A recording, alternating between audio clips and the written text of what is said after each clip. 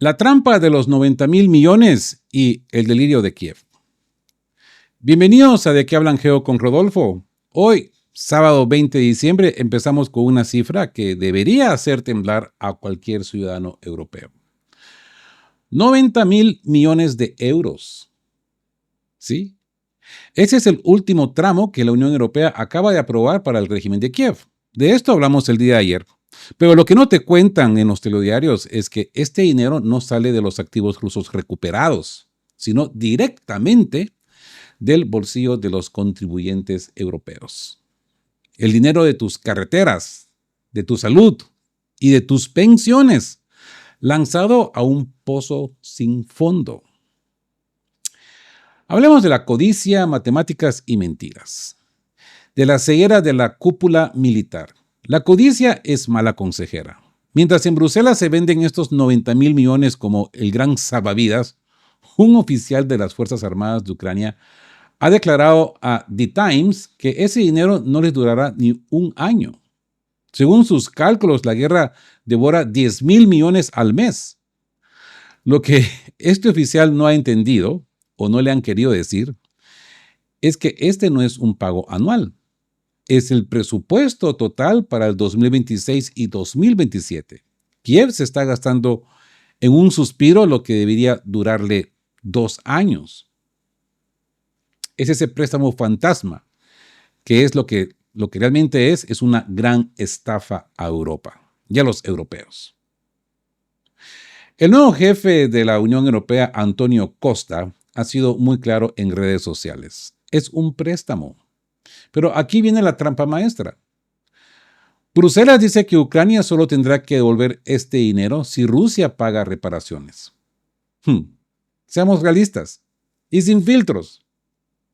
Con el ejército ruso avanzando y destrozando las líneas de defensa en el frente, la probabilidad de que Moscú pague reparaciones es 0.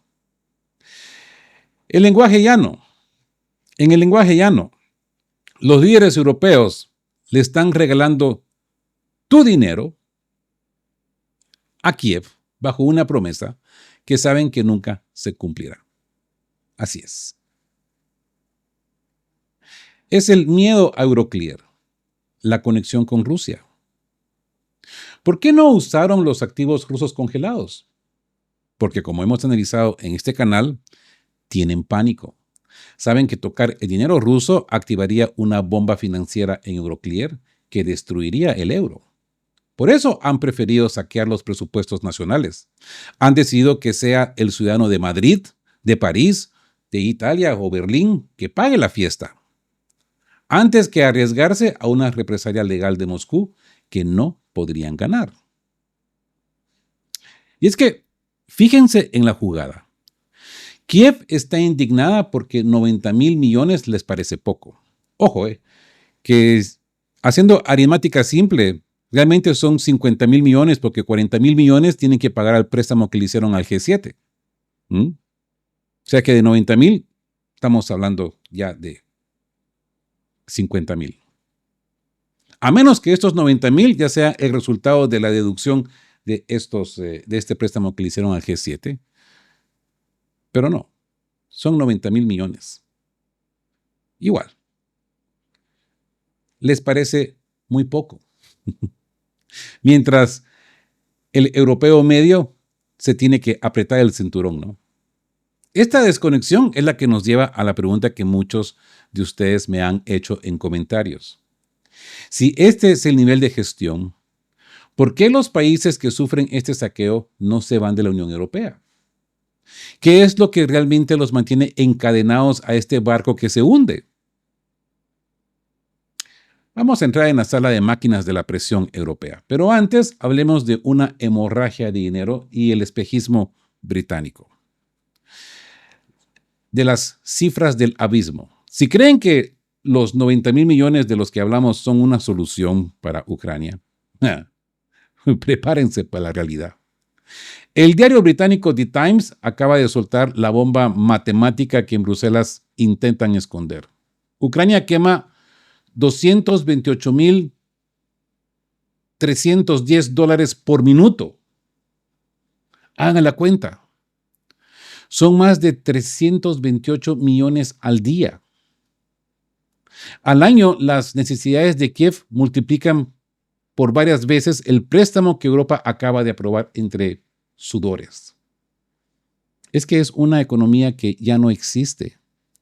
El análisis británico es demoledor. El gasto militar de Ucrania devora el 30% de su PIB. Imagínense, el 30%. A diferencia de Gran Bretaña de la Segunda Guerra Mundial, que tenía industria y un sistema financiero sólido, Ucrania hoy es un país con una infraestructura energética en ruinas y una dependencia total del exterior. No es una economía de guerra, es un organismo en soporte vital que gasta más de lo que sus donantes pueden imprimir. Y aquí nos encontramos, ¿guerra o infraestructura? El dilema imposible, yo diría. The Times lanza la pregunta que nadie quiere responder. ¿En qué se va a gastar el dinero? Si lo usan para munición, el país se congela porque no hay para subestaciones eléctricas. Si lo usan para reconstruir, el frente colapsa porque hay falta de proyectiles. No hay dinero suficiente para ambas cosas. Y Bruselas lo sabe. Por eso este préstamo no es una subvención, es una losa que aplasta el futuro de las próximas generaciones ucranianas. Si es que queda algo que heredar, ¿no? Y pasemos al cansancio de la audiencia y el realismo de Putin. Incluso Vladimir Putin lo ha señalado con ironía. El público está cansado del show de Ucrania. Y yo diría que tiene razón. La gente se cansa de los programas de televisión. Pero la realidad económica no descansa. El problema clave no es el dinero, si el dinero llega, sino que aunque llegue, pues ya no alcanza. Europa está financiando una derrota a plazos con el dinero de sus ciudadanos, con el dinero del pueblo. Aquí es donde conectamos todo. Si el Reino Unido admite que este dinero es insuficiente y que la economía ucraniana es un agujero negro, ¿por qué España, Italia o Alemania siguen firmando estos cheques? ¿Por qué no se bajan de este tren antes del choque? Bueno, como les prometí al inicio, ahora vamos a ver por qué la Unión Europea funciona como una prisión financiera de la que es casi imposible escapar, a menos que el sistema colapse por completo. Entremos de lleno en la trampa del euro y la alternativa de los BRICS. ¿Por qué no se van? ¿Por qué los países de la Unión no se retiran de la Unión? Bueno, hablemos de la trampa de la Unión Europea. ¿Por qué si el descontento popular crece y países como Hungría o Eslovaquia desafían abiertamente a Bruselas, nadie se atreve a cruzar la puerta de salida? Nadie se atreve a cruzar ese umbral.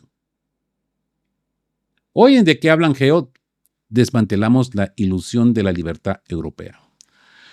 Les voy a explicar por qué la Unión Europea se ha convertido en una trampa diseñada para que entrar sea una promesa y salir sea un suicidio. Sí. Hablemos de los 3 candados de la prisión. Primero, el candado monetario, la bomba del euro. El primer candado es el euro. Para países como Italia o España, abandonar la Unión significa recuperar su moneda nacional. Pero aquí está la trampa. Sus deudas billonarias están en euros. Si vuelves a la lira o a la peseta, tu moneda se devalúa y tu deuda se multiplica por 10 en una sola mañana. No es una salida. Es la quiebra técnica instantánea. El euro no es solo una moneda, es una cadena financiera. Y número 2, no olvidemos el efecto Brexit, el castigo como estrategia, ¿no? Bruselas aprendió la lección con el Reino Unido. No intentaron convencer a Londres de que se quedara por amor, sino que hicieron el proceso tan traumático, burocrático y costoso que sirviera como un cadáver colgado a la entrada de la Unión. El mensaje es para cualquier otro país que tiene que ser claro que si te vas, te bloqueamos el comercio, te aislamos diplomáticamente y te haremos la vida imposible. La Unión Europea ya no se mantiene por beneficios, sino por miedo al castigo. Y número 3, el soborno de los fondos de cohesión. Muchos líderes critican a la Comisión Europea frente a sus cámaras, pero por debajo de la mesa extienden la mano. Por eso es que Ursula von der Leyen siempre regresa al tablero. A pesar de las fechorías que ella hace, no se va, porque por debajo la historia es diferente. Los fondos de cohesión son el cheque que mantiene a las élites locales tranquilas.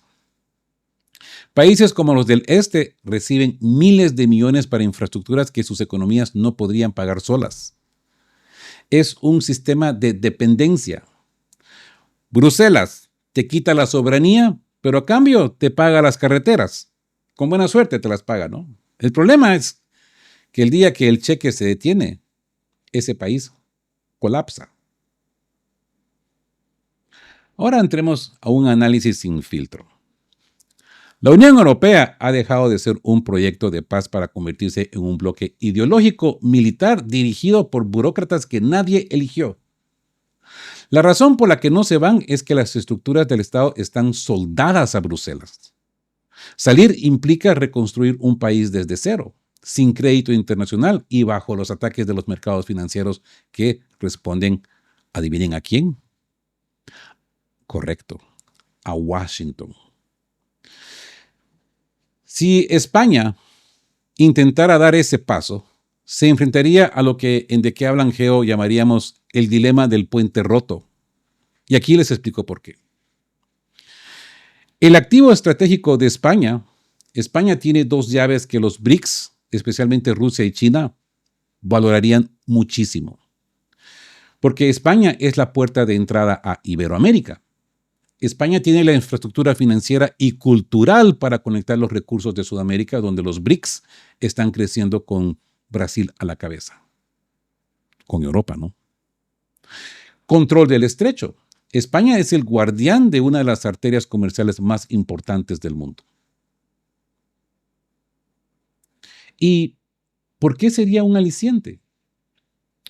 Para un país con una deuda pública que roza el 110% del PIB, los BRICS ofrecen algo que la Unión Europea ya no tiene: crecimiento real y liquidez sin condiciones ideológicas. Si España pudiera comerciar libremente en monedas locales o usar el sistema de pagos de los BRICS, podría diversificar su economía y dejar de depender exclusivamente del Banco Central Europeo. Podría convertirse en el hub logístico de la nueva ruta de la seda en el Mediterráneo. Pero existe la muralla de la realidad, que es el castigo de Washington. Aquí es donde entra el análisis crudo. España no es un país soberano en términos militares ni financieros. La OTAN, España alberga bases críticas como Rota y Morón.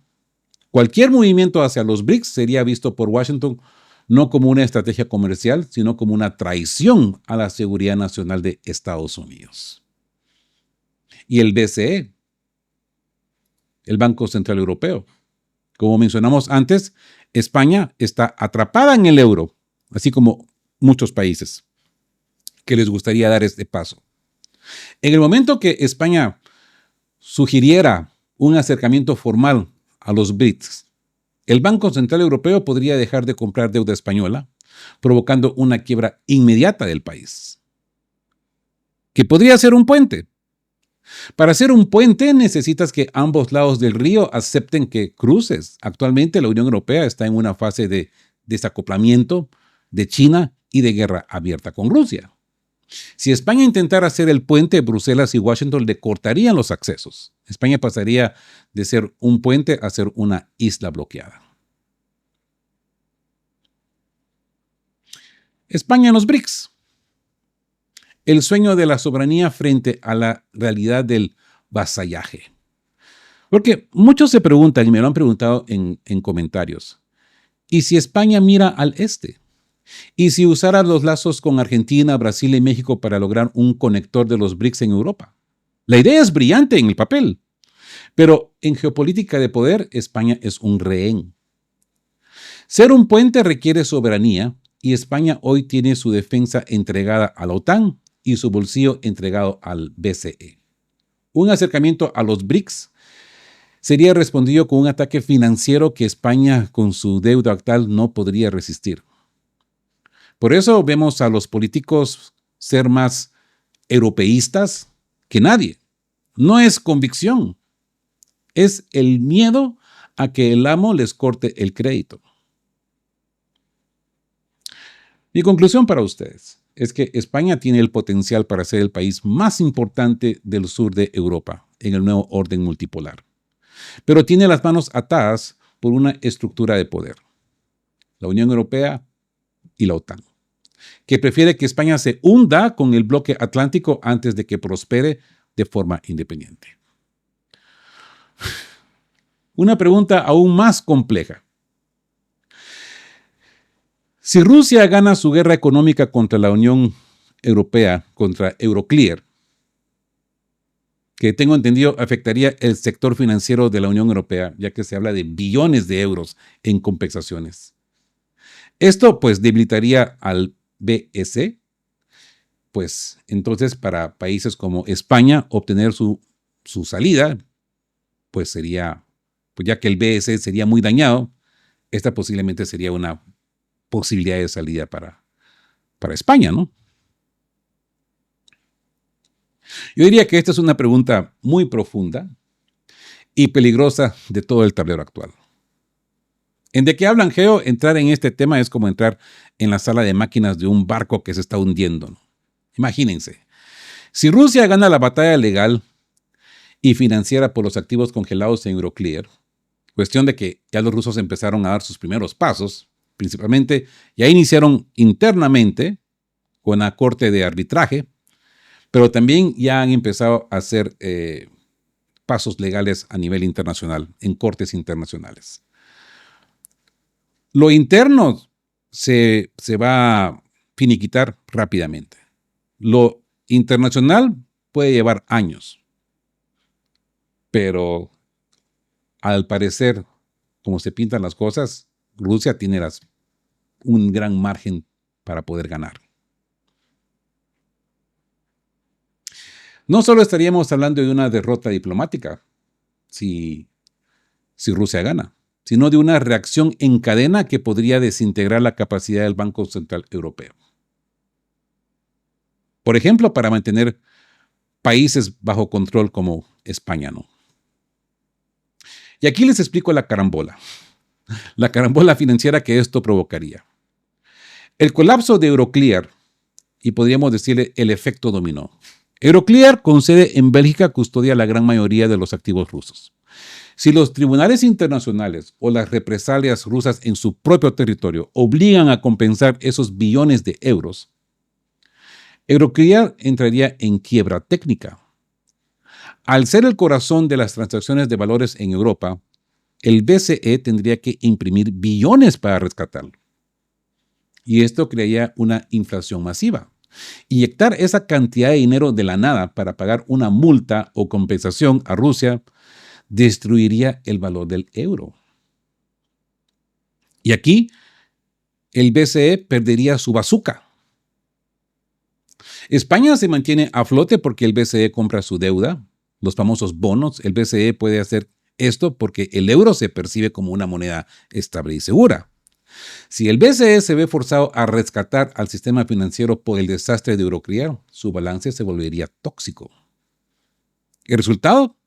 El BCE perdería la capacidad de seguir comprando deuda española a intereses bajos. Si el BCE deja de comprar, los intereses de la deuda de España subirían al 7, 8 o 10%. España entraría en un default de impago en semanas. ¿Facilitaría esto una salida? Pues aquí está la paradoja.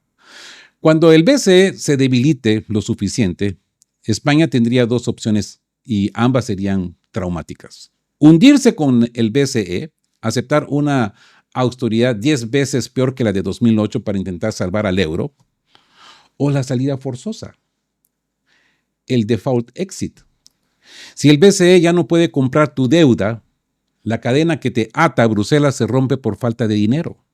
En ese momento, España podría decir, ya que voy a quebrar igual, Pues recupero mi soberanía, declaro la deuda con el BCE como impagable, vuelvo a mi moneda y pido el ingreso o el apoyo de los BRICS.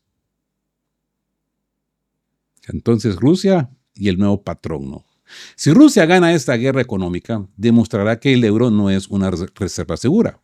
Otros países como Arabia Saudita, India, Brasil sacarán el dinero de Europa por miedo a que les pase lo mismo.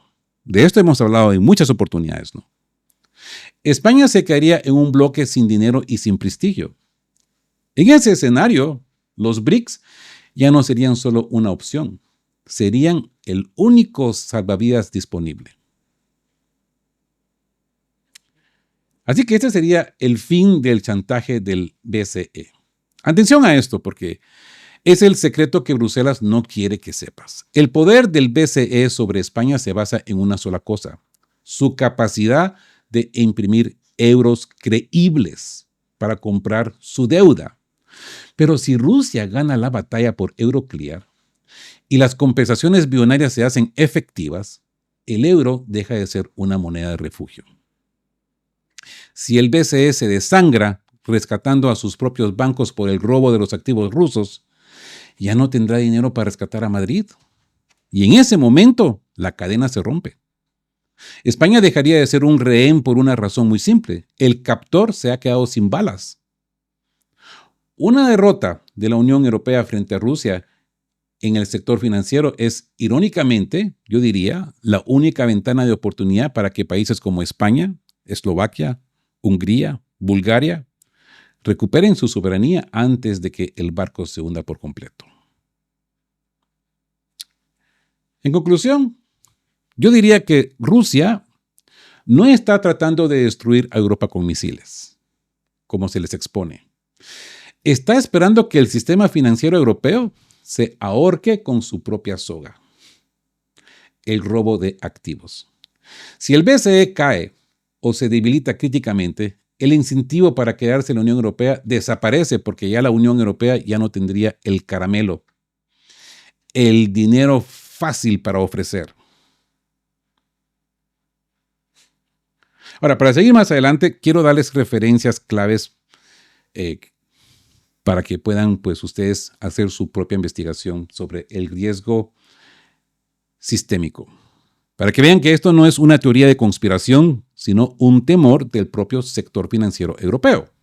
Ustedes pueden revisar Reuters, Bloomberg, busquen los reportes sobre advertencias de los bancos centrales de Francia, Alemania e Italia contra la confiscación de activos rusos. Ellos ya han advertido explícitamente sobre el riesgo para la estabilidad del euro. Los informes anuales de Euroclear, en sus últimos estados financieros, la propia entidad con sede en Bélgica ha incluido secciones de riesgo legal donde admiten que las represalias rusas podrían llevarlos a la quiebra. Y con respecto a la deuda española y la BCE, esa cadena, ¿no? Pues el Banco de España, el BDE, cita en su boletín estadístico donde se muestran qué porcentaje de la deuda pública española está en manos de la BCE a través del programa de PSPP y PEPP.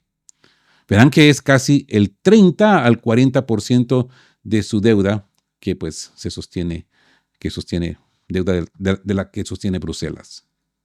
Si ellos dejan de comprar, el país colapsa.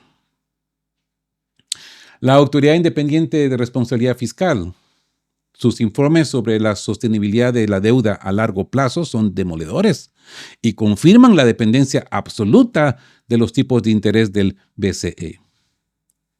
Y si quieren analizar algo sobre los BRICS y el nuevo sistema financiero, The Cradle y Zero Hedge son medios de análisis geopolítico y financiero que siguen de cerca la creación de los BRICS, del BRICS Bridge, puente, el sistema alternativo de pagos, y cómo Rusia está impulsando el uso de monedas nacionales para evitar el euro y el dólar. Y por supuesto, los discursos de Sergei Lavrov o Elvira Nabiulina, la directora del Banco Central de Rusia, sus declaraciones sobre la desoccidentalización de las finanzas explican paso a paso la estrategia de compensaciones contra Euroclear. Y sobre el efecto prisión de la Unión Europea, pues economistas como Thomas Piketty o Joseph Stiglitz, ambos economistas, incluso siendo de tendencia distinta, han escrito sobre cómo la estructura del euro impide que los países del sur, España, Grecia, Italia, puedan devaluar su moneda para ser competitivos, condenándolos a una deuda perpetua. Y bueno, y no hay que olvidar a Varoufakis. Varoufakis, en su libro Adultos en la Sala, explica de primera cómo el BCE utilizó el corte de liquidez para asfixiar a un país. Me refiero a Grecia, que intentó desafiar las reglas de Bruselas. Así que si no me creen, miren los propios informes de riesgo de Euroclear o las advertencias del Banco de Francia. No lo digo yo, lo dicen sus propios contables. Confiscar activos rusos es ponerle una granada financiera al euro. Y si quieren ver las cadenas que atan a España, consulten los datos del Banco de España sobre quién compra su deuda. Sin el Banco Central Europeo, el Reino de España no dura ni 2 semanas en los mercados.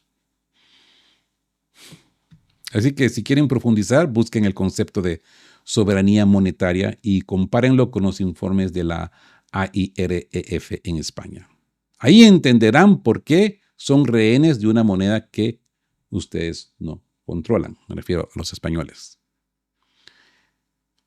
Y una vez más, gracias por plantear estas dudas en los comentarios. Así es como construimos comunidad. Recuerden siempre, estén juntos porque la unión real no se impone con tratados. Siempre fuertes y con buena salud para resistir las presiones de un sistema que nos quiere débiles. Y siempre busquen la verdad, aunque esté escondida tras capas de burocracia. Y sean justos, porque la justicia no se negocia en Bruselas. Y como siempre les digo, queridos todos, estén juntos, fuertes, siempre busquen por la verdad y sean justos. Hasta la próxima.